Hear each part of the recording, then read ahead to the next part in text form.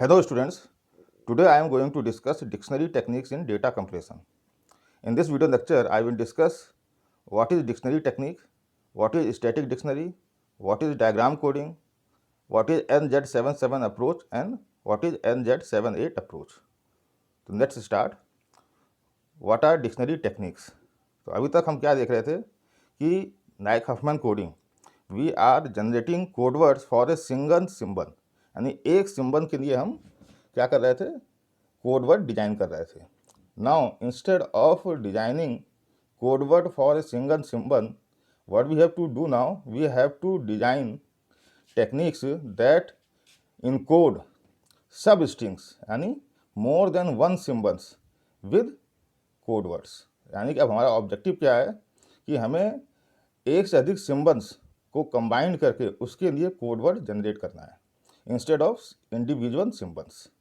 Okay, now these substrings जब भी हमें मैसेज में मिलेंगी तो what we have to do, we have to replace this by fix name codes और वेरिएबल नेम कोड्स. यानी कि डिक्शनरी टेक्निक्स में हम या तो fix name code words use करेंगे या variable name code words use करेंगे. ओके, तो यहाँ पे हमें जो कंप्रेशन होगा वहाँ पे हमें क्या करना है, जो स्ट्रिंग्स हैं उनको रिप्लेस करना है bye code words. Okay, objective क्या होगा, जितनी लंबी स्ट्रिंग होगी उसका कोड वर्ड उतना ही छोटा होना चाहिए. ओके, तो in dictionary techniques what we do, we replace the strings not a individual symbol, we replace strings with code words.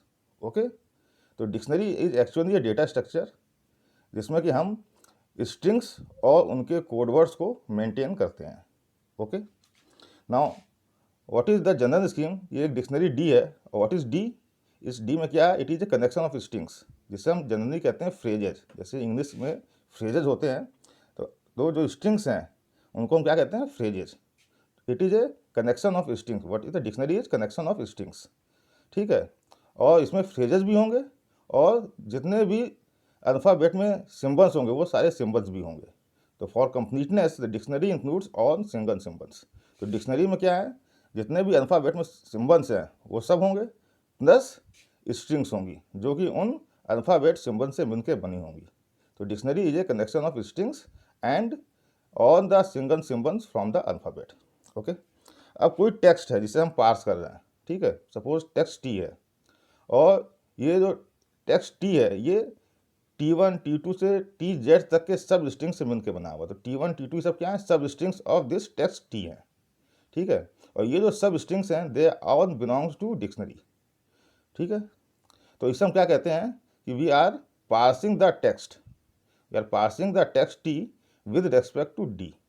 तो अगर हम जैसे T1 को रीड किया तो अगर T1 is belonging to D, okay, तो हम T1 को क्या करेंगे, रिप्लेस करेंगे, इनकोड करेंगे बाय इट्स कोड वर्ड. फिर जब हमें T2 मिलेगा तो इसको हम इनकोड करेंगे bye it's code word and so on. इस तरीके से हम एक्चुअली टी को क्या कर रहे हैं, इनकोड कर रहे हैं.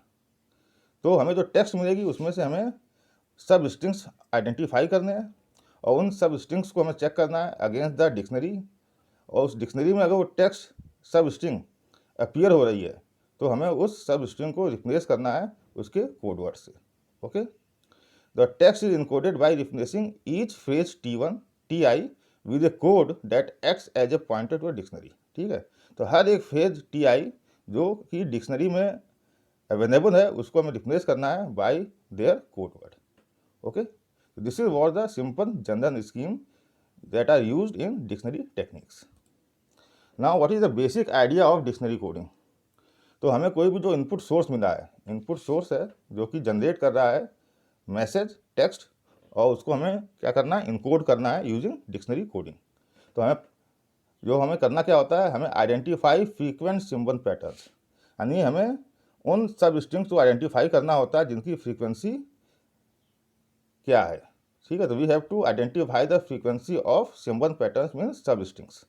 ठीक है ना, जैसे कि हम जानते हैं कि अगर इंग्लिश की बात करें तो कुछ स्ट्रिंग्स ऐसी होती हैं जो फ्रीक्वेंसी उनकी ज़्यादा होती है, जैसे is, are, this, the. Okay, तो we have to identify the frequency of patterns और स्ट्रिंग्स.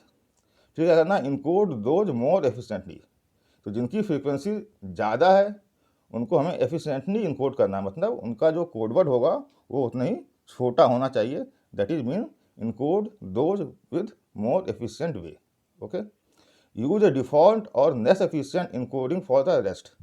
और जितनी फ्रीक्वेंसी कम होती जा रही है, ठीक है, जिसकी जितनी फ्रीक्वेंसी कम है उसको हमें क्या करना है, लेस एफिशिएंट वे या डिफ़ॉल्ट वे। मतलब लेस एफिशिएंट मतलब है कि उनका जो कोडवर्ड होगा वो लॉन्गर होगा या डिफ़ॉल्ट होगा, मीन्स कि जितने मैक्सिमम बिट्स की ज़रूरत पड़ सकती है उतने बिट्स हम यूज़ करेंगे। Hopefully the average bits per symbol gets smaller. और इस तरीके से हम ये उम्मीद कर रहे हैं कि जो एवरेज बिट्स पर सिंबल, यानी एक सिंबल को इनकोड करने के लिए ऑन एवरेज कितने बिट्स की ज़रूरत पड़ेगी वो छोटा हो पाएगा। अगर ऐसा होता है तो हम क्या कह रहे हैं, कंप्रेशन अचीव कर सकते हैं। तो this is the basic way of performing dictionary coding. ठीक है ना।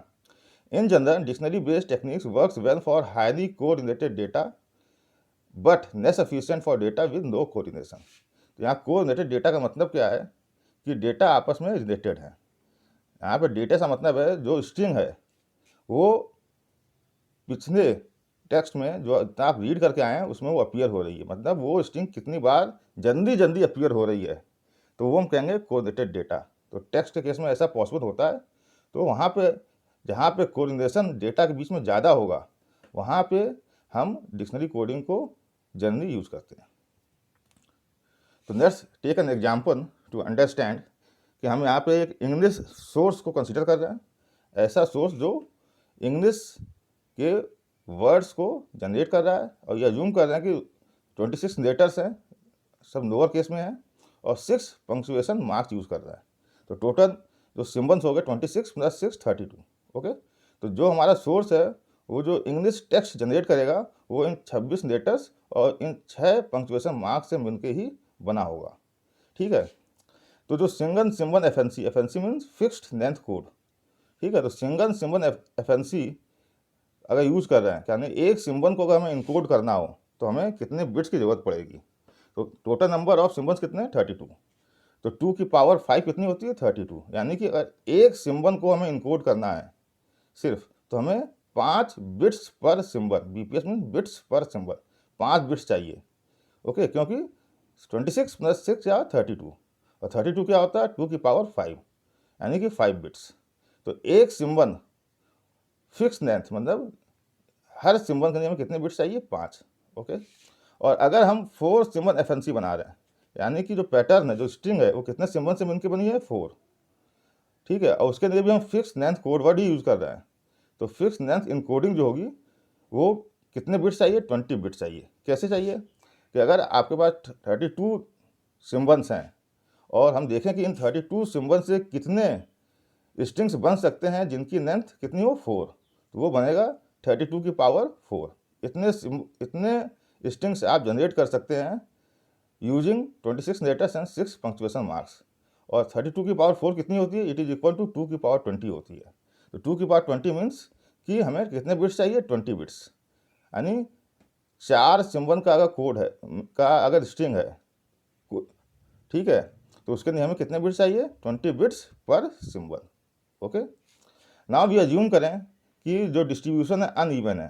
ठीक है ना, मतलब कैसे भी जनरेट हो रहे हैं, किसी भी ऑर्डर कोई उनका वो लॉजिक नहीं है। तो हमें एक डिक्शनरी बनानी है और उस डिक्शनरी में हम कितने एंट्री दे रहे हैं, 256। हम जो डिक्शनरी बना रहे हैं उसमें कितनी एंट्री होंगी, 256, यानी 256 पैटर्न्स की हम डिक्शनरी बना रहे हैं। और पैटर्न्स बनेंगे कितने, टोटल कितने बनेंगे, 2 की पावर 20 + 32, इतने पैटर्न्स बन रहे हैं। ठीक है, और हम जो डिक्शनरी बना रहे हैं वो सिर्फ 256 पैटर्न्स की ही डिक्शनरी बनाएंगे। ठीक है, और ये 256 जो पैटर्न्स होंगे वो होंगे मोस्ट फ्रीक्वेंट पैटर्न्स। और इसकी ये कैसे डिसाइड करेंगे, जिनकी प्रोबेबिलिटी कितनी ज़्यादा है। और चूँकि 256 पैटर्न्स हैं तो 256 कितना होता है, 2 की पावर 8, यानी इन पैटर्न्स के लिए हमें कितने बिट्स चाहिए होंगे, 8 बिट्स। यानी इन जो सबसे अधिक फ्रीक्वेंसी वाले 256 पैटर्न्स हैं उनको हम 8 बिट्स यूज़ करके इनकोड कर सकते हैं। इन्हीं को हमने डिक्शनरी में रखा हुआ है। और जो रिमेनिंग है, जो बच गए लेटर पैटर्न्स, उनके लिए हम कितना यूज़ करेंगे, 20 bits. This is a default. 20 bits use करेंगे, ठीक है। तो रेस्ट को किससे करेंगे, 20 बिट्स से, ठीक है। और 1 बिट यूज़ करेंगे प्रीफिक्स के लिए। इसका यूज़ क्या है कि डिस्टिंग्विश द 2 केसेस, कि ये 1 बिट इसलिए यूज होगा कि जो पैटर्न है whether it belongs to dictionary और नॉट। अगर डिक्शनरी को बिलोंग कर रहा है तो उसके पहले हम 0 लगा देंगे। तो जो डिक्शनरी का पैटर्न होगा उसके कितने बिट्स हो जाएंगे, 8 + 1 9 बिट्स, और 1 लगाएंगे रेस्ट के लिए, तो 20 बिट्स है। और 1 बिट और एक्स्ट्रा करेंगे प्रीफिक्स, जिससे मालूम पड़ जाएगा कि ये डिक्शनरी का पार्ट नहीं है, तो 21 बिट्स हमें चाहिए रेस्ट ऑफ के लिए। तो ऑन एन एवरेज कितने बिट्स की हमें ज़रूरत पड़ रही है, ठीक है। तो हमने मान लिया कि 9 बिट्स चाहिए इन 256 पैटर्न्स के लिए, और इसकी प्रॉबिलिटी p है सपोज करें, तो 9p हो गया, 9 × p प्लस 21 बिट्स चाहिए रेस्ट ऑफ के लिए 21, और इन रेस्ट ऑफ की प्रॉबिलिटी कितनी होगी 1 - p, क्योंकि अगर इसकी p है तो रेस्ट की कितनी होगी 1 - p, तो उसको प्लस करेंगे तो आ जाएगा 21 - 12p। और अगर हम अज्यूम करने की प्रॉबिलिटी जो है वो 0.084 है, ये अज्यूम कर दें, तो जो वैल्यू आएगी 21 - 12p ये लेस देन 20 आएगी। दिस मीन्स कि जो हम on an average bits per symbol की इनकोडिंग कर रहे हैं वो इम्प्रूव हो रही है। It means we can achieve compression, क्योंकि डिफ़ॉल्ट है, डिफ़ॉल्ट से हम कम बिट्स यूज़ कर रहे हैं ऑन एन एवरेज, इसका मतलब we can achieve compression. Okay, तो this is the way dictionary techniques work. Now dictionary techniques भी 2 तरह की हैं, स्टैटिक एंड एडेप्टिव। एडेप्टिव का मतलब होता है डायनामिक। तो स्टैटिक डिक्शनरी, स्टैटिक का मतलब होता है फिक्स्ड। यहाँ पे जो डिक्शनरी है वो ड्यूरिंग इनकोडिंग और ड्यूरिंग डिकोडिंग फिक्स रहेगी, यानी हमें इनकोडिंग करने से पहले ही हमारे पास डिक्शनरी मेंटेन होती है, और उसी डिक्शनरी को यूज़ करके हम इनकोडिंग करते हैं, और वो dictionary bye the time change नहीं होती है। And through out the encoding and decoding process dictionary remains intact, उसमें कोई चेंज नहीं होता है, क्योंकि ये फिक्स डिक्शनरी है। कंप्रेशन से पहले हमारे पास डिक्शनरी मेंटेन होती है, और उसी डिक्शनरी को हम यूज़ करते हैं, और ये डिक्शनरी में जो कंटेंट होता है, जो डेटा होता है, वो चेंज नहीं होता है बाय द टाइम। तो in static dictionary is less complex. Less complex इसलिए क्योंकि बिफोर हैंड हमारे पास डिक्शनरी अवेलेबल होती है, ठीक है। But the probability p of A hit highly depends on applications. मगर इसमें जो इस डिक्शनरी में जो सिम्बल्स हैं उनकी जो फ्रीक्वेंसी है वो कितनी है, वो डिपेंड करती है कि आप किस एप्लीकेशन के डेटा को आप कंप्रेस कर रहे हैं, ठीक है ना। हो सकता है कि आपके पास 2 एप्लीकेशन है, A1 और A2, और कोई एक पैटर्न है जो डिक्शनरी में है, मान लीजिए X, तो हो सकता है कि A1 एप्लीकेशन में X की फ्रीक्वेंसी ज़्यादा हो और A2 एप्लीकेशन में X की फ्रीक्वेंसी कम हो। तो सीधी सी बात है, जो प्रोबेबिलिटी है ये डिपेंड करती है एप्लीकेशन टू एप्लीकेशन कि कैसा डेटा जनरेट हो रहा है, ठीक है। तो जैसे तो यहाँ पे जो स्टैटिक डिक्शनरी हम बनाते हैं वो स्पेसिफिक एप्लीकेशन के अकॉर्डिंग बनाते हैं, मतलब एक एप्लीकेशन के करस्पॉन्डिंग हमने एक डिक्शनरी बनाई, तो वो उस डिक्शनरी को हम उसी एप्लीकेशन के कंप्रेशन में यूज़ करते हैं। उसी डिक्शनरी को हम दूसरे एप्लीकेशन के डेटा पे यूज नहीं कर सकते, क्योंकि वो रिजल्ट अचीव नहीं हो पाता है, ठीक है। और ऐसा डेटा जिसमें कि कोऑर्डिनेशन ज़्यादा होता है, मतलब कि डेटा आपस कुछ डेटा ऐसे हैं जिनकी हमें एडवांस में पता रहता है कि इसमें इन चीज़ों की फ्रीक्वेंसी हाई रहेगी, like student records in university. वहाँ पे क्या है कि हमें पता है कि स्टूडेंट का रोल नंबर है, स्टूडेंट का नाम है या फादर्स नेम है, ये हर रिकॉर्ड में आपको मोस्टली रिकॉर्ड में मिल जाएंगे। तो ये कुछ ऐसे पैटर्न्स हैं, ऐसे स्ट्रिंग्स हैं जिनकी फ्रीक्वेंसी ज़्यादा होती है। तो जहाँ पे हमें पहले से आइडिया होता है कि इस तरह के डेटा में, इस तरह के टेक्स्ट में कुछ सिम्बल्स पैटर्न्स ऐसे हैं जिनकी फ्रीक्वेंसी ज़्यादा होती है, तो वहाँ पे हम स्टैटिक डिक्शनरी यूज़ कर सकते हैं, क्योंकि हमें सोर्स के बारे में पता होता है, ठीक है। जहाँ पे हमें सोर्स नहीं पता है कि सोर्स क्या है और किस तरह का डेटा जनरेट करेगा, तो हम उस तरह के डेटा के लिए स्टैटिक डिक्शनरी कंस्ट्रक्ट नहीं कर सकते, ठीक है ना।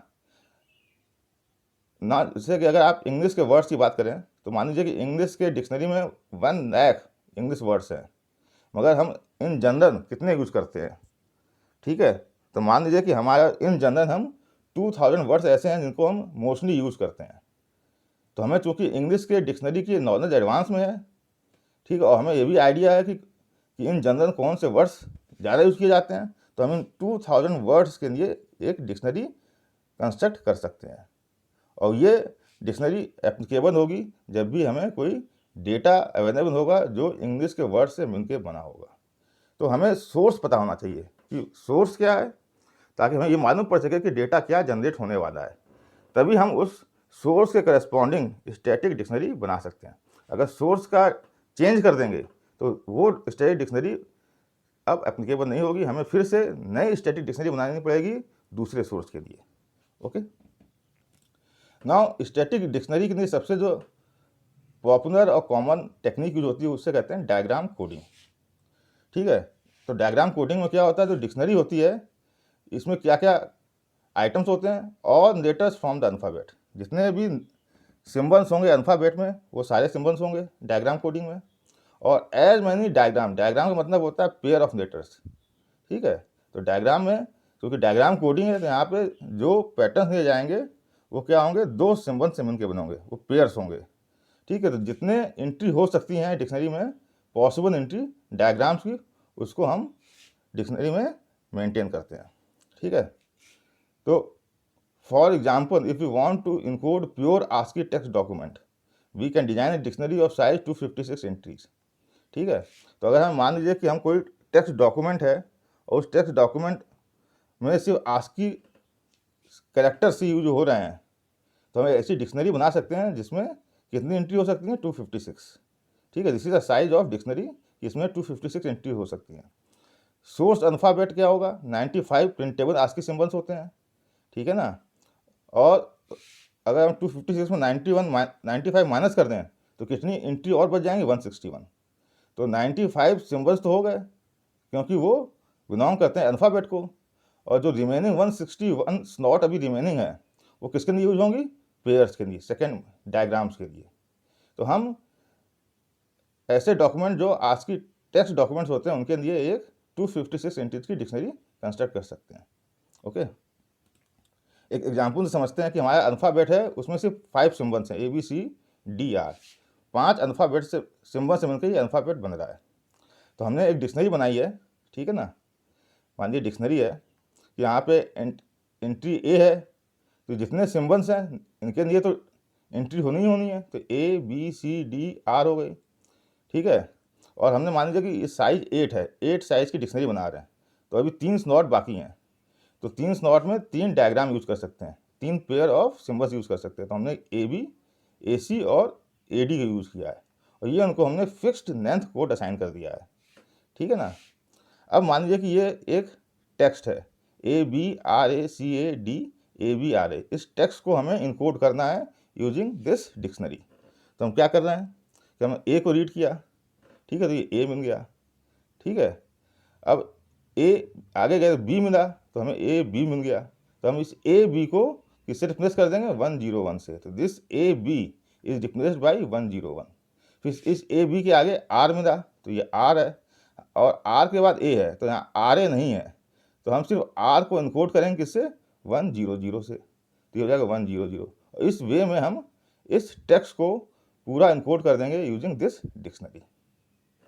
ठीक है ना, तो this is the way diagram coding works. Now let's see adaptive dictionary technique. Adaptive means dynamic. तो यहाँ पे जो डिक्शनरी अवेलेबल होगी वो बिफोर हैंड नहीं होगी, फिक्स नहीं होगी, बाय द टाइम वो चेंज होती जाएगी। जैसे जैसे हमें टेक्स्ट मिलता जाएगा वैसे वैसे हम इस डिक्शनरी को अपडेट करते जाएंगे। इनिशियली ये डिक्शनरी एम्प्टी होगी, ठीक है ना, for most of the cases ये डिक्शनरी एम्प्टी होगी, और जैसे जैसे हम सिम्बल्स मिलते जाएंगे हम इस डिक्शनरी को अपडेट करते जाएंगे। तो this is a dynamic dictionary. During the encoding process we keep updating this dictionary. ठीक है, तो इसका जो ओरिजिनल आइडिया था वो जैकब जिव एंड अब्राहम लेम्पन ने 1977 में दिया था। ठीक है, और इसका नाम पड़ा था NZ77। ठीक है ना, क्योंकि 77 में दिया गया था।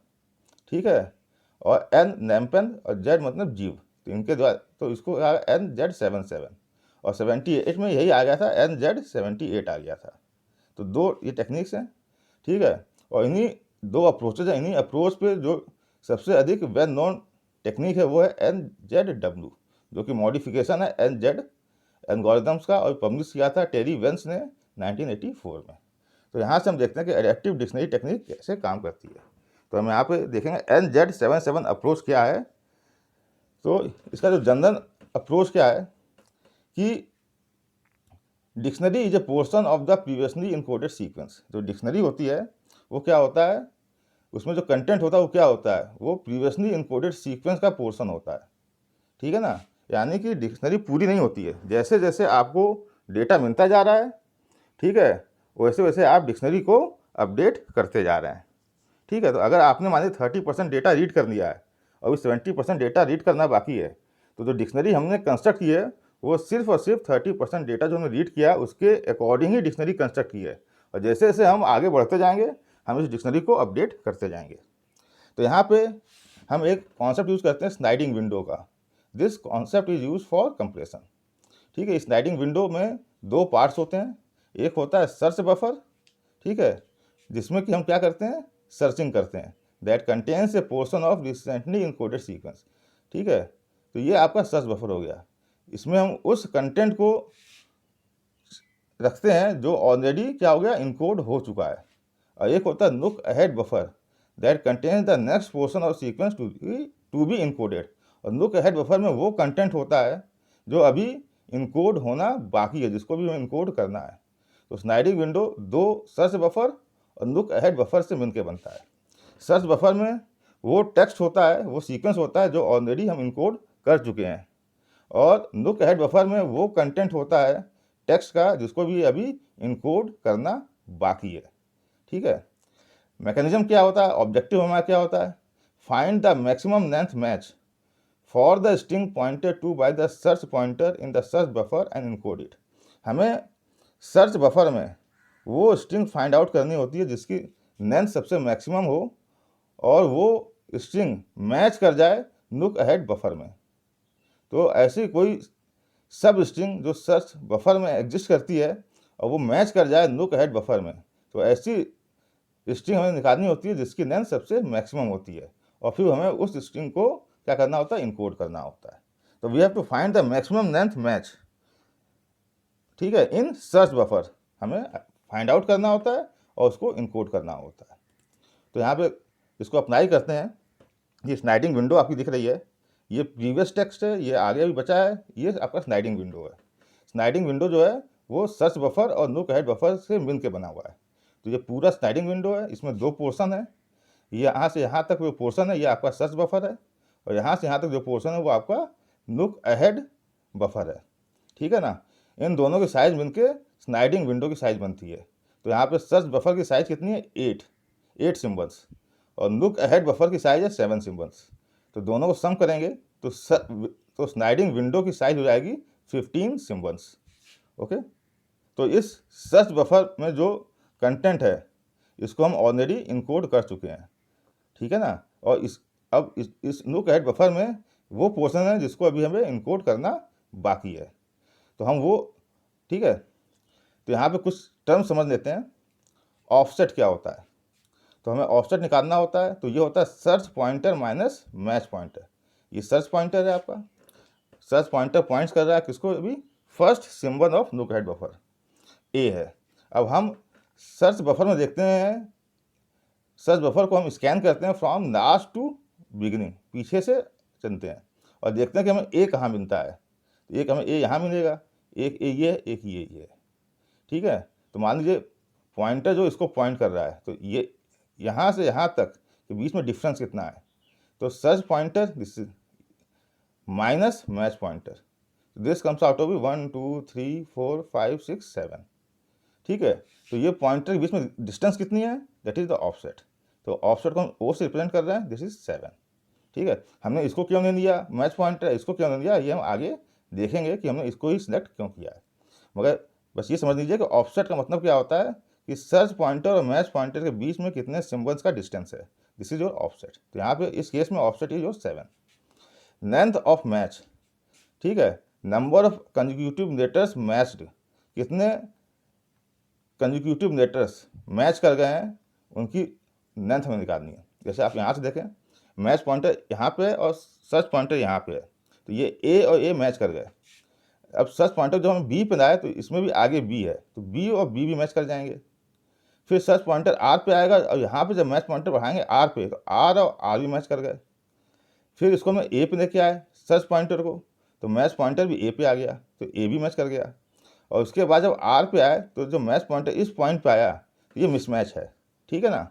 तो हमें फ्रॉम दिस फर्स्ट जो सिंबल मैच हुआ था उसके आगे से कितने और सिंबल्स मैच कर गए हैं सर्च बफर के नुक हेड बफर से, तो 1 2 3 4 मैच किए और 5वां मिसमैच था। तो 4 number of consecutive letters match कितने थे 4, लेंथ कितनी है 4, this is the length of match, ठीक है ना। कि मैच पॉइंटर जहाँ से स्टार्ट हो रहा है वहाँ से आगे चलते हुए कितने सिंबल्स सर्च बफर के मैच कर जा रहे हैं नुक हेड बफर से, this is the length of match. तो इस केस में length of match is 4, okay. उसका हम क्या करते हैं, कोड वर्ड जनरेट करते हैं। उसको लिखते हैं C is equal to, C is जो कैपिटल सी है वो है आपका कोड वर्ड है, ठीक है, आर। तो C X is the code word for X, ठीक है। तो C R is the code word for R, ठीक है। तो हमें करना क्या है कि जितने मैच कर गए ए बी आर ए, इनके लिए हमें कोड वर्ड जनरेट करना है। इस सब स्ट्रिंग के लिए हमें कोड वर्ड जनरेट करना है, ठीक है। This is the 3 things. और इतना करने के बाद हमें इनकोडिंग करनी होती है। तो डिक्शनरी में जो एंट्री होती है वो ट्रिपल के फॉर्म में होती है, इनकोडिंग ट्रिपल। जब हम डिक्शनरी में एंट्री करते हैं तो 3 चीज़ एंट्री करते हैं। पहला होता है ऑफसेट कि कितना ऑफसेट है, दूसरा लेंथ ऑफ मैच कितनी है, और तीसरा होता है कोडवर्ड सी कि उसका उस स्ट्रिंग का कोडवर्ड कितना है। तो इस केस में हम देखें तो ऑफसेट 7 है और लेंथ ऑफ मैच 4 है और कोडवर्ड है वो ये सी आर है, ठीक है ना। सी आर क्यों आया, क्योंकि यहाँ पे आर है, आर पे मिसमैच हुआ है, ठीक है। तो दिस इज योर आर। तो ये ट्रिपल हम एंट्री करते हैं किसमें, डिक्शनरी में, ठीक है। If FNC used and alphabet size is a, अगर हम फिक्स लेंथ कोडवर्ड ही यूज कर रहे हैं इंस्टेड ऑफ वेरिएबल लेंथ, तो और अल्फाबेट की साइज ए है, तो कितने बिट्स की जरूरत पड़ेगी किसी भी मैच को एंट्री करने के लिए।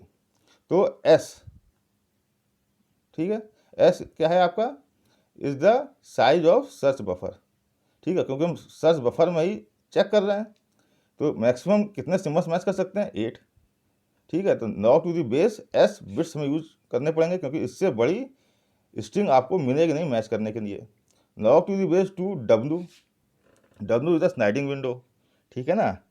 तो मैक्सिमम जो स्ट्रिंग हो सकती है वो ये पूरा एस प्लस एन ए है, और अल्फ़ाबेट साइज ए है, ठीक है। तो इतने बिट्स की आपको ज़रूरत पड़ेगी किसी एक ट्रिपल को एंट्री करने के लिए in dictionary. Now what are the possible cases of triples, जब हम ट्रिपल इंटर करेंगे तो क्या क्या पॉसिबिलिटी हो सकती है। या तो नो मैच, कोई मैच नहीं मिलेगा, no match for the next character to be encoded in the window, यानी कोई मैच होगा ही नहीं, या there is a match, matching हो जाएगी। और थर्ड सीक्वेंस जो है, जो बहुत इंपॉर्टेंट है, third case, the matched string x tends inside the look ahead buffer. जो मैच स्ट्रिंग, जिसको हम मैच स्ट्रिंग किस में चेक करते हैं, सर्च बफर में। कई बार क्या होगा कि सर्च बफर में जो स्ट्रिंग मैच करा रहे हैं वो लुक अहेड बफर में भी एक्सटेंड कर जाएगी, ठीक है ना। तो ये थर्ड केस है जो बहुत ही इंपॉर्टेंट है कि matched string x tends inside the look ahead buffer, ठीक है। और हर एक केस के लिए, जो तीनों केस हैं, इनके लिए हमें एक ट्रिपल जनरेट करना होगा और उसको डिक्शनरी में ऐड करना होगा, ठीक है ना। तो अब एग्जाम्पल देखते हैं और इन तीनों केसेस को चेक करते हुए डिक्शनरी कंस्ट्रक्ट करते हैं। तो सपोज करिए सीक्वेंस जो हमें मिली है, जो टेक्स्ट मिला है वो ये है, जिसको कि हमें इनकोड करना है यूजिंग NZ77 इनकोडिंग, ठीक है। और हमने मान लिया है, अज्यूम किया है कि लेंथ ऑफ विंडो 11 है, 13 है, और size of look head buffer 6 है, ठीक है। तो साइज ऑफ सर्च बफर कितना हो जाएगा, 13 - 6 7। तो जो 7 है it is the size of search buffer, और 6 जो है size of look at buffer, और 6 + 7 13 is the size of sliding window, okay. तो हम शुरू किए, तो शुरू में कितने स्लाइडिंग विंडो की साइज कितनी, 13। तो शुरू के 13 कैरेक्टर्स हमने उठाए, ये आप देख सकते हैं। शुरू के 13 जो सिम्बल्स है उसको हमने लिया, ठीक है। और सर्च बफर की साइज कितनी है, 7 है। तो शुरू के 7 सिम्बल्स क्या हो गए, ये आपके सर्च बफर को रिप्रेजेंट कर रहा है। और लुक एट बफर की साइज की 6 है, तो आखिर के जो 6 सिम्बल्स हैं दी आर लुक अहेड बफर। ठीक है, तो आपका ये पॉइंटर है डी। अब हमें क्या करना है कि इस सर्च बफर में डी को सर्च करना है। तो हम लास्ट से फर्स्ट की ओर मूव करेंगे इन सर्च बफर और देखेंगे कि डी हमें कहाँ कहाँ मिल रहा है। तो जब हम यहाँ से आगे बढ़ रहे हैं तो हमें डी कहीं नहीं मिल रहा है। तो this is a no match, this is the first possible case कि हमें कोई मैच नहीं मिला। ठीक है, तो ऑफसेट कितना हो गया 0, this is no match for D, D के लिए हमें कोई मैच नहीं मिल रहा है सर्च बफर में। तो ऑफसेट कितना हो गया डी, लेंथ 0। ठीक है, और क्या करेंगे इस डी के करस्पॉन्डिंग हम कोड वर्ड जनरेट करेंगे। ठीक है ना, क्लियर है। और उसके बाद क्या होगा, दोनों पॉइंटर्स आगे बढ़ जाएंगे। तो जो लेंथ है कितना 0 है, तो जितना लेंथ होगा उसमें 1 ऐड करेंगे और उतना पॉइंटर, दोनों ही पॉइंटर उतना आगे बढ़ेंगे। तो 0 + 1 1। तो ये पॉइंटर जो लुक एट बफर में वो भी एक पोजीशन आगे बढ़ेगा, और यहाँ पे जो पॉइंटर है जो सी को पॉइंट कर रहा है वो भी एक पोजीशन आगे बढ़ेगा। तो अब आपका जो स्लाइडिंग विंडो इस तरीके से हो जाएगा। ये सी जो है, जो यहाँ पे आ गया पॉइंटर, सी हट जाएगा और ये डी अब इसमें इसके हिस्से में आ गया, और इस आर के करस्पॉन्डिंग जो नेक्स्ट आर था वो आपका लुक एट बफर में ऐड हो गया। तो फिर से 13 यानी 13 सिम्बल्स का ये आपका फिर से स्लाइडिंग विंडो बन गया। अब हमें क्या करना है, ए को मैच कराना है। जब हम इसमें मूव कर रहे हैं तो ए यहाँ मिल रहा है, ए यहाँ मिल रहा है, ए यहाँ मिल रहा है। तो यहाँ पे हमें 3 ए मिल रहे हैं। तो किस ए को हमें कंसीडर करना है, ठीक है ना। तो आप देखिए कि अगर हम इस ए को कंसीडर करते हैं तो ये ए मैच कर गया। जब इस पॉइंटर को आगे बढ़ाएंगे तो डी आ जाएगा, और यहाँ जो पॉइंटर बढ़ाएंगे बी आएगा। तो ये एक मिसमैच हो गया। तो लेंथ कितनी मिली है 1, एक सिंबल मैच कर रहा है, तो लेंथ ऑफ मैच कितना हो गया 1। अगर हम इस ए को कंसीडर करते हैं तो ये ए और ये ए मैच कर गए। जब यहाँ से पॉइंटर आगे बढ़ाएंगे तो ये आएगा सी और यहाँ आएगा बी, तो ये भी क्या है, मिसमैच है। तो यहाँ एक ही सिंबल मैच हो रहा है, तो यहाँ पर भी लेंथ ऑफ मैच कितना है 1।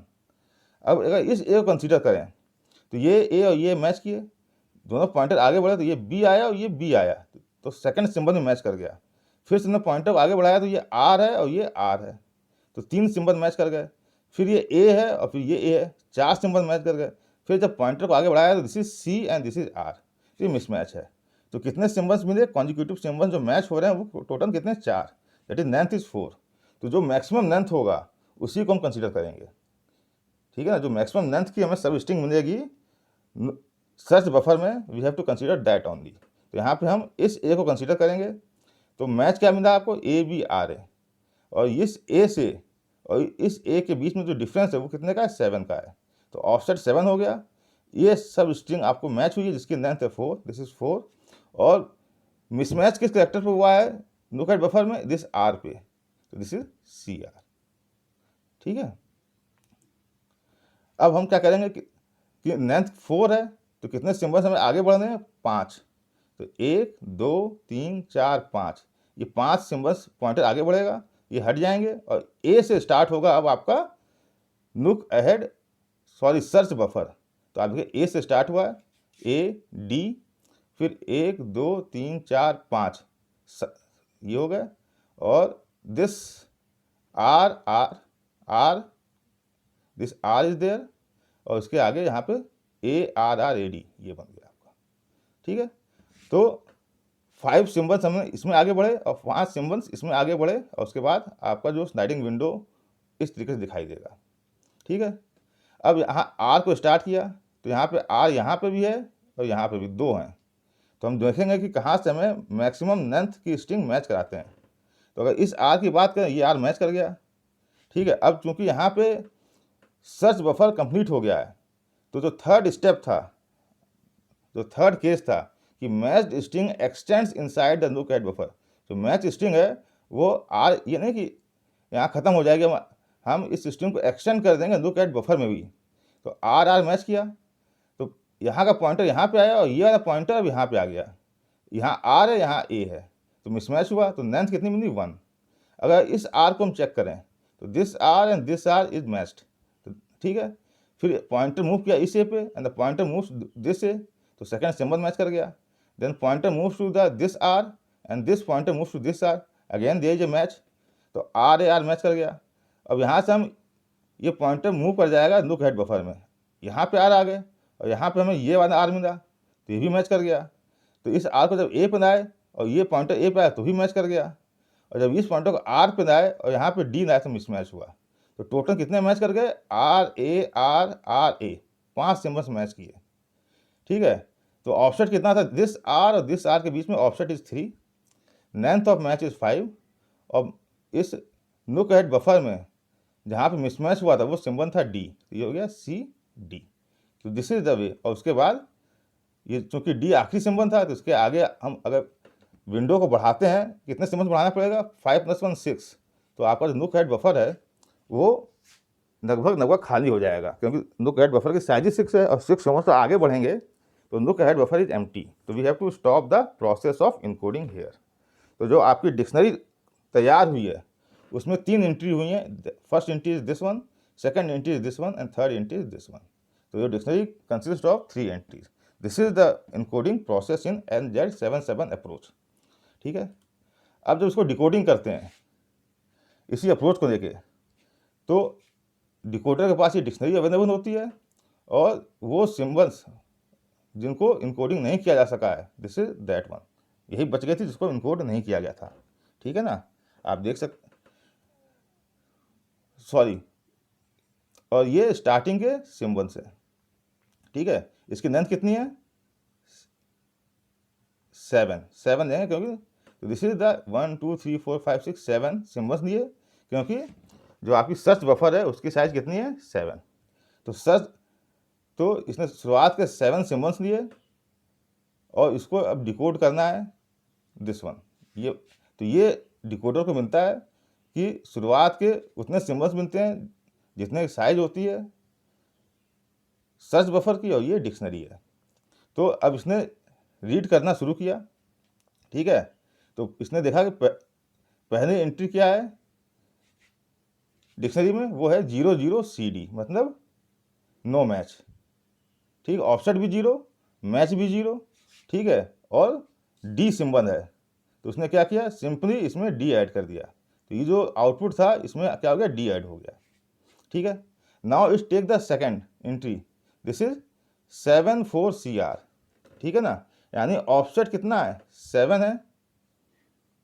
ठीक है, तो ये जो स्ट्रिंग है आपकी यहाँ तक आपके पास है, आप ये देख सकते हैं CABRACAD, यहाँ तक आपके पास था इस। ठीक है ना, आउटपुट में इसने देखा ऑफसेट कितना है, 7, तो 7 सिंबल्स पीछे जाएगा तो 1 2 3 4 5 6 7। ठीक है, यहाँ आ जाएगा, दिस इज द ऑफसेट, 7 पे आ गया। ठीक है, 1 2 3 4 5 6 7, तो यहाँ पे पहुँचा, ऑफसेट इज 7। देखा लेंथ 4 है तो यहाँ से उसने कहा 4 सिंबल्स रीड करने हैं और चारों को आउटपुट में आगे ऐड कर देना है। तो ए ऐड हुआ, देन बी ऐड हुआ, फिर आर ऐड हुआ एंड देन ए ऐड हुआ। 4 सिंबल्स, क्योंकि लेंथ ऑफ मैच था 4, तो यहाँ से उसने 4 सिंबल्स रीड किए और एंड में ऐड कर दिया। और उसके बाद इसने क्या किया, सी आर था तो उसने क्या किया, डिकोड सी आर जब करेगा तो आर ऐड कर देगा, क्योंकि यही था इनकोडिंग में मिसमैच वाला। इसके पहले 4 सिंबल्स में मैच हुए थे तो इस आर को ऐड कर दिया। अब आपका आउटपुट कितना हो गया, ये पूरा आपका आउटपुट हो गया, ये this is output after decoding this triple. अब इसको, इस ट्रिपल को डिकोड करना है तो ये आर इज दिस वन। ठीक है, ये पूरा पोर्शन है वो यहाँ तक है, कुछ पोर्शन पहले का हम यहाँ शो नहीं कर रहे हैं। This is that R. यहाँ से कितना ऑफसेट है, 3, तो 1 2 3 यहाँ पे आ गया, और लेंथ ऑफ स्ट्रिंग कितनी है, 5। तो इस जगह से उसे 5 सिंबल्स रीड करने हैं और आउटपुट में आगे अपेंड कर देना है। तो आर ऐड किया, ठीक है, दिस इज योर आर, फिर A, this is this A, this is are, this is that R, इसके बाद ये आर मिलेगा, दिस आर, फिर दिस ए, 5 सिंबल्स ऐड कर दिया because the length of match is 5 and then क्या है, डी सिंबल, यानी इस डी सिंबल से पहले हमें 5 सिंबल्स मैच करते मिले थे, फाइनली इसने इस डी को यहाँ पे ऐड कर दिया। तो अब आपका आउटपुट भी पूरा हो गया, this is this one and this is the actual input, आप देख सकते हैं। तो this is the way decoding is performed in NZ77 approach. Okay, now let's see what is the drawback of NZ77 approach. ठीक है, इसका advantage तो ये कि एडेप्टिव स्कीम है, डायनेमिक है। जैसे जैसे हम सीक्वेंस को रीड करते जाते हैं वैसे वैसे हम डिक्शनरी को अपडेट करते जाते हैं। तो यहाँ पे हमें सोर्स के बारे में कोई प्रायर नॉलेज नहीं होती है। दिस इज, और अज्यूम करते हैं कि recurring pattern close to each other, जो पैटर्न्स रिपीट हो रहे हैं वो क्या है, आपस में क्लोज है, उनकी डिस्टेंस ज़्यादा ना हो। उस केस में NZ77 अप्रोच बहुत ही बेनिफिशियल होती है। अगर आप इस एग्जाम्पल को देखें, ठीक है ना, ये सर्च बफर है, ये नुक हेड बफर है, ठीक है ना। यहाँ देखेंगे CDE है, यहाँ CDE है। तो ये CDE और इस CDE के बीच में कितने सिम्बल्स हैं, दैट इज द डिफरेंस। ये डिफरेंस जितना ज़्यादा होगा उतना ही NZ77 अप्रोच से कंप्रेशन आप ज़्यादा अचीव नहीं कर पाएंगे, क्योंकि इनके जो ये पैटर्न रिपीट हो रहा है इनके बीच में क्या है, डिफरेंस ज़्यादा है, काफ़ी डिस्टेंस ज़्यादा है। और हमें क्या है कि जो रेकरिंग पैटर्न्स हैं उनके बीच में डिस्टेंस कम होना चाहिए। वो जितना पास होंगे उतना ही अप्रोच ज़्यादा बेनिफिशियल होती है। ठीक है, तो if the recurring patterns happens with a longer larger than the switch window, अगर जो रेकरिंग पैटर्न है जो रिपीट हो रहे हैं उनके बीच में जो डिस्टेंस है वो larger than the search window है, तो परफॉर्मेंस इज बैड। ठीक है ना, इसका मतलब कि उनके बीच में जो डिस्टेंस होनी चाहिए वो बहुत कम होनी चाहिए, वो आपस में बहुत क्लोज होने चाहिए। अगर क्लोज हैं उस केस में this approach is very good, and अगर वो ऐसा नहीं है तो परफॉर्मेंस जो है, जो कंप्रेशन अचीव होगा, that is not enough. Okay, तो this is one of the problems with NZ77 approach. ना इसी को इम्प्रूव किया गया है और नई अप्रोच जनरेट हुई है जिसे कहते हैं NZ78 अप्रोच। ठीक है, it is improvement from NZ77। ठीक है, यहाँ इसमें क्या है कि कोई भी सर्च बफर हम यूज़ नहीं करते हैं। ठीक है, और जो इनकोडर डिकोडर होता है वो दोनों ही डिक्शनरी बनाते हैं, और दोनों के पास जो डिक्शनरी होती है वो सिंक में होती है। सिंक मतलब एक जैसी होती है। जो डिक्शनरी इनकोडर मेंटेन कर रहा है वैसे ही डिकोडर के पास भी वो डिक्शनरी मेंटेन हो रही है। और यहाँ पे जो डिक्शनरी बनती है उसमें हम 2 एंट्री ऐड करते हैं। जो इनकोडिंग करते हैं वहाँ ट्रिपल्स था, यहाँ पे पेयर्स में करते हैं। आई क्या, index in the dictionary. This I बताता है कि डिक्शनरी का इंडेक्स क्या है, और आई की वैल्यू 0 हम कब सेट करेंगे, for the symbols not in a dictionary. ऐसे सिम्बल्स जो अभी तक हमने रीड नहीं किए हैं उनके लिए हम आई इक्वल टू 0 रीड करेंगे। ठीक है, अदरवाइज हम आई क्या होगा, इंडेक्स इन द डिक्शनरी होगा, वो असाइन करेंगे। सी क्या है, code of the following character, तो कोडवर्ड है उस कैरेक्टर का। ठीक है, तो अब इसको हम अप्लाई करते हैं और देखते हैं कि डिक्शनरी कैसे कंस्ट्रक्ट होती है यहाँ पे। तो ये आपका इनपुट है, ये जो बी और स्लैश लगा है दिस इज स्पेस। ठीक है, तो इनिशियली आपकी डिक्शनरी क्या थी, एम्प्टी थी। जब आपने रीड करना स्टार्ट किया तब आप डिक्शनरी बनाना शुरू करेंगे। तो आपने जब W रीड किया तो अभी तक आपने W पहली बार रीड कर रहे हैं। ठीक है ना, तो इसकी आई इंडेक्स क्या होगा, that is 0 for symbols not in the dictionary. वो सिम्बल जो डिक्शनरी में नहीं है तो इनिशियली अब देखेंगे W, और W को आप चेक कर रहे हैं डिक्शनरी में, तो डिक्शनरी तो एम्प्टी है, W की कोई एंट्री है नहीं, तो इसका इंडेक्स कितना हो जाएगा, 0। आई 0 हो जाएगा, और W के लिए कोडवर्ड जनरेट करेंगे। ठीक है ना, और ये जो इंडेक्स है डिक्शनरी का इंडेक्स है। ठीक है, और किसके लिए आपने इनकोडिंग की है, W के लिए। फिर आपको A मिला, तो A भी अब अभी A की भी एंट्री इसमें नहीं हुई है, तो इसका भी क्या हो जाएगा, इनकोडिंग जब करेंगे तो 0 और CA। ठीक है ना, जो इनकोडिंग हो रही है उसमें 2 चीज़ जा रही हैं, एक तो है इंडेक्स इन द डिक्शनरी और कोडवर्ड, और आई के तो 0 रखेंगे उन सिम्बल्स के लिए जो डिक्शनरी में नहीं है।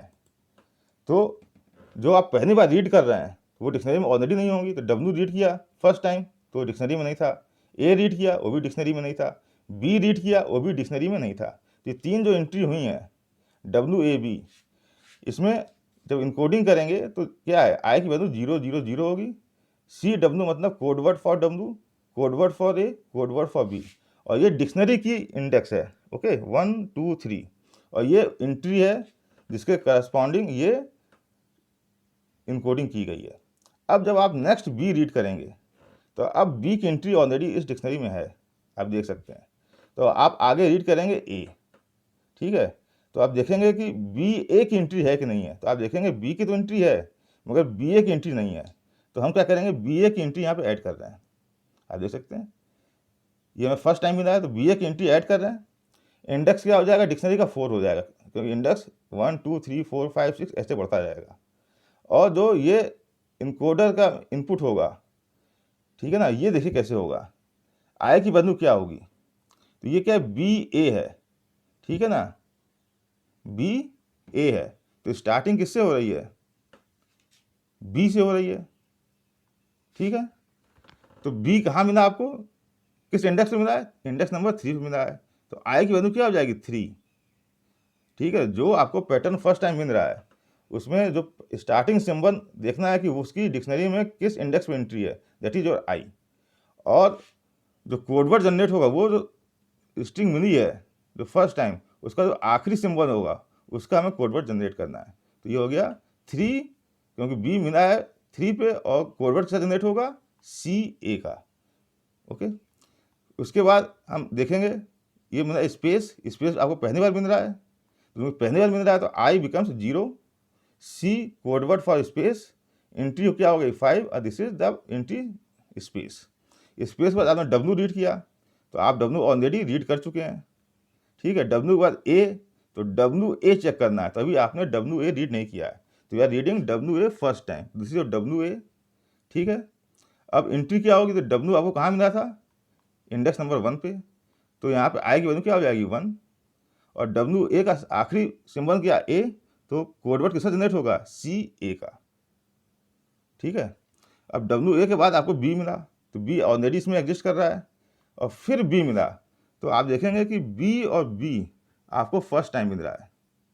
तो बी की एंट्री कहाँ पे हुई है, बी की एंट्री हुई है इंडेक्स नंबर 3 पे, तो आई की वैल्यू कितनी हो जाएगी 3, और कोडवर्ड कैसे जनरेट होगा, आखिरी सिंबल है बी, तो हो गया सी बी, ओके। तो इस तरीके से ये डिक्शनरी कंस्ट्रक्ट हो रही है। जैसे कि आप इस सिंबल को देखें कि W A B B, that is this one, W A B B, W आपको ऑलरेडी मिल चुका है, तो आपने रीड किया डब्ल्यू ए आपको ऑलरेडी ये मिल चुका है, ठीक है। फिर आपने देखा डब्ल्यू ए बी, तो डब्ल्यू ए बी भी आपको रीड कर चुके हैं, तो आपने देखा डब्ल्यू ए बी बी, तो this is your W A B B जो फर्स्ट टाइम रीड कर रहे हैं, ठीक है। तो कोडवर्ड कैसे जनरेट होगा, आखिरी सिंबल क्या है बी, तो कोडवर्ड जनरेट होगा बी का, और इस बी से पहले जो सिंबल है क्या है, डब्ल्यू ए बी, आखिरी सिंबल जो होता है उसका कोडवर्ड लिखते हैं, और आखिरी सिंबल से पहले जो सिंबल्स हैं उसका कोडवर्ड लिखते हैं। तो डब्ल्यू ए बी कहाँ पे है, ये है डब्ल्यू ए बी, और डब्ल्यू ए बी का इंडेक्स क्या है 9, तो आई क्या हो जाएगा 9, तो 9 सी बी। तो डब्ल्यू ए बी के लिए इंडेक्स नंबर 11 पे क्या एंट्री हो रही है, 9 एन सी बी, यानी बी से पहले हमने डब्ल्यू ए बी मिला है, ओके। तो this is the way we perform encoding in NZ78 approach. अब इस अप्रोच में एक ऑब्जर्वेशन का आप देख सकते हैं कि जैसे जैसे हम इनकोडिंग करते जा रहे हैं, डिक्शनरी की साइज उसी तेज़ी से बढ़ रही है, ओके। अब होता क्या है, डिक्शनरी की जो साइज होती है वो फिक्स होती है, ठीक है। डिक्शनरी की जो साइज हो हम पहले से तय कर देते हैं कि कितनी बड़ी डिक्शनरी बनानी है, 1 GB की डिक्शनरी बनानी है, उसमें कितनी एंट्रीज हो सकती हैं मैक्सिमम, ठीक है। तो एक स्टेज ऐसा भी आ सकता है कि जो नंबर ऑफ एंट्रीज हैं वो डिक्शनरी की जो साइज है उससे इंक्रीज कर जाएं, तो उस केस में हम क्या करेंगे, क्योंकि हमें एडवांस में पता नहीं होता है कि डिक्शनरी में कितनी एंट्री होने वाली है, क्योंकि डायनेमिक अप्रोच है, मगर डिक्शनरी की साइज फिक्स होती है, ठीक है। मान अगर डिक्शनरी की साइज 256 एंट्री की है, और आपने जब डिक्शनरी कंस्ट्रक्ट करना शुरू किया तो 256 से ज़्यादा एंट्री आ गई, तो उस केस में आपको क्या करना होगा। तो जो पॉसिबल सॉल्यूशंस होते हैं, या तो पहला कि स्टॉप ग्रोइंग द डिक्शनरी, आप डिक्शनरी को ग्रो करना मतलब को अपडेट करना बंद कर दीजिए, और आप कोई स्टैटिक डिक्शनरी टेक्निक पर स्विच कर जाइए। आप ये मान लीजिए कि ये जो टेक्निक है वो ज़्यादा इफेक्टिव नहीं है, तो we have to choose some static dictionary technique, okay. या आप प्रून कर दीजिए, मतलब कि कुछ एंट्रीज डिक्शनरी से रिमूव कर दीजिए, जो आपको लगता है कि ज़्यादा इनका यूज नहीं है, इनकी फ्रिक्वेंसी इतनी ज़्यादा नहीं है, तो आप उन एंट्रीज को डिक्शनरी से रिमूव कर सकते हैं। तो ये प्रूनिंग करने के लिए आपको जो बेस होगा वो होगा कि यूजेज स्टैटिक्स, कि आपको ये पता होना चाहिए कि किन पैटर्न्स की फ्रीक्वेंसी कम होगी, तो उसके बेस पर आप कुछ एंट्रीज डिक्शनरी से रिमूव कर सकते हैं, या रीसेट इट यानी कि स्टार्ट ऑल ओवर अगेन, यानी कि रीसेट इट मतलब डिक्शनरी की साइज को पहले आप बढ़ा दीजिए और फिर से इनकोडिंग शुरू से स्टार्ट करिए। अगर 256 साइज की डिक्शनरी थी और छोटी पड़ रही है तो आप डिक्शनरी की साइज को इंक्रीज कर दीजिए, 512 कर दीजिए, ठीक है, और फिर से पूरा इनकोडिंग प्रोसेस स्टार्ट करिए, ठीक है। तो जो बेस्ट सॉल्यूशन इन तीनों में ये डिपेंड करता है नॉलेज ऑफ द सोर्स, कि जो सोर्स डेटा प्रोड्यूस कर रहा है, ठीक है, उसके बारे में अगर आपको नॉलेज है तभी आप इन तीनों पॉसिबल सॉल्यूशंस में से कोई ऑप्ट कर सकते हैं। अदरवाइज ये क्या हो जाएगा, ट्रायल टाइप का हो जाएगा। आप तो ये डिपेंड करता है कि out of these 3 possible solutions which one should be use depends upon the knowledge of the source. Okay, तो in this video lecture what we have learnt today is what is dictionary techniques, okay, what is how the dictionary techniques works, okay, and then we see what is static dictionary and what is adaptive dictionary techniques, and in adaptive dictionary techniques we see the two most popular approaches, NZ77 approach and NZ78 approach। उम्मीद है कि आपको ये सारे concepts अच्छे से clear हो गए होंगे। तो please like share and subscribe the channel. Thank you.